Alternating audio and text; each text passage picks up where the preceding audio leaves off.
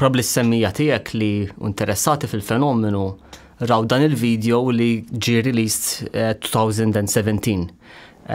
Dan il-video jekk ma rajtuh xmur fuq YouTube ikdbu TikTok UFO u taraw dan il-footage. Dan il-footage huwa l-ewwel footage declassified mill-military, mill-Armata Amerikana. Bażikament dan il-footage kull huwa xi minuta twil, minuta biss. Xi 40 sekonda xi ħaġa. Imma b'dawn l-40 sekonda huma mind-blowing għall-aħħar. Jekk nibdew daqsxejn mill-bidu tal-encounter, dan il-TikTok UFO kien f'Novembru ta' 2004. Kif fl-ister ta' qabel similarly kien hemm ammont kbir ta' UFOs fuq ir-radar. Aħna nitkellmu fuq il-USS Louisville Nimitz. Ġiri viċin San Diego, viċin San Diego, essentially, off the coast of San Diego, l-Amerika. U essentially kien hemm dan l-aircraft carrier, USS Louisville, u on board is-sonar team bdew jaraw li fuq it-target ħaf ammont kbir ta' unidentified targets. Issa, dawn l-unidentified targets mhux għall-ġurnata jumej biss rawhom imma għall-ġimgħat. U li ġara fl-14 ta' Novembru kienet jagħmlu exercise l-armata kif jagħmlu frekwentament u fuq wieħed mill-jets kien hemm Commander Fravor u Lieutenant Jim Slate. Issa dawn huma Top Gun fil-verament l-awards tagħhom huma Top Gun. Jim Slate ma tantx jidher fix-xena. Le ma tantx jidher fix-xena iktar Fravor jidher fix-xena. U Alex Dietrich issa. Eżatt. Imma Fravor, he is Top Gun, ġifieri, għandu l-aktar esperjenza, għandu awards kemm trid. Iġri dan huwa esperjenzat, jaf x'inhu jagħmel u jaf x'inhu jara. So li kienet jiġri fil-ġurnata dawn kienet jagħmlu military exercise u f'ċertu punt irċevu telefonata Fravor u Slate li isma' l-exercise waqaf target. It's a real life target, it's not an exercise. Irġi dawn wafqu l-exercise u il-radar ta' Fravor raw blip, just blip. Allura Fravor ovvjament tar speed ta' Super Hornet, speed kbir enormi, u ħares l-isfel u ra isu churning water jgħidu bl-Ingliż. Bil-Malti meta taqbes fl-ilma jkun hemm l-ilma jsu abjad, ma nafx eżattament it-terminu. Eżatt. Dak it-tip li jisu u dan ħaseb li waqa' xi ajruplan. U l-area kienet kbira daqs kieku waqa' xi Boeing. U fuq ir-radar der li l-aircraft qiegħda f'dak il-pożizzjoni, ġri it-TikTok daħlet taħt l-ilma.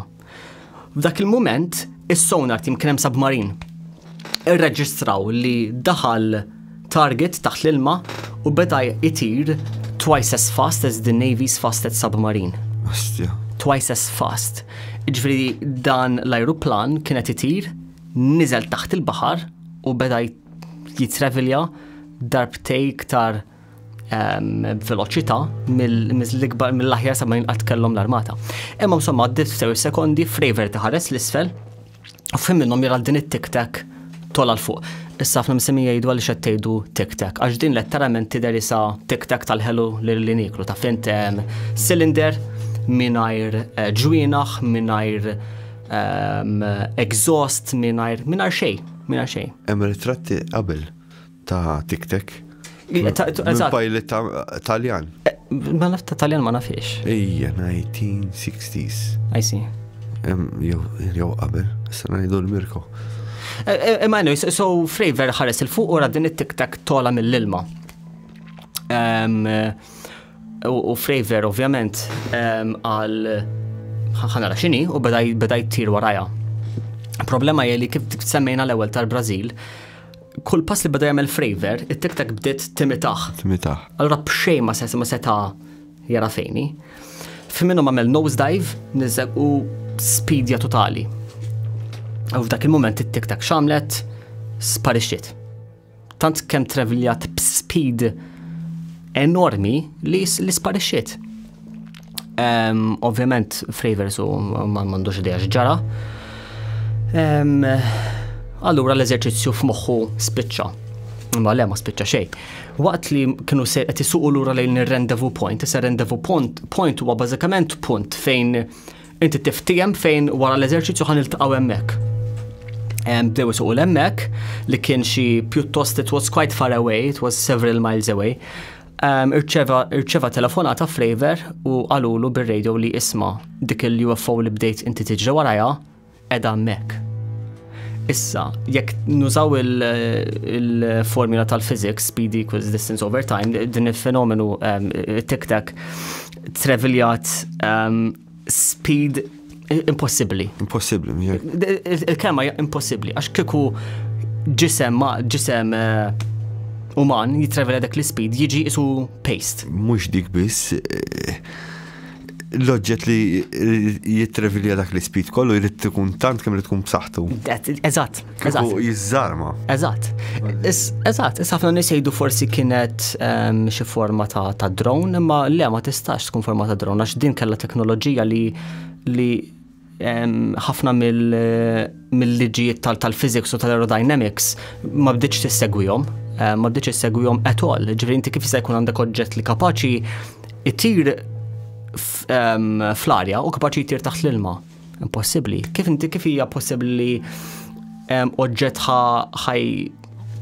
ħajtravelja iktar mill-speed of sound ma jipproduċiex sonic boom? Hija impossibbli.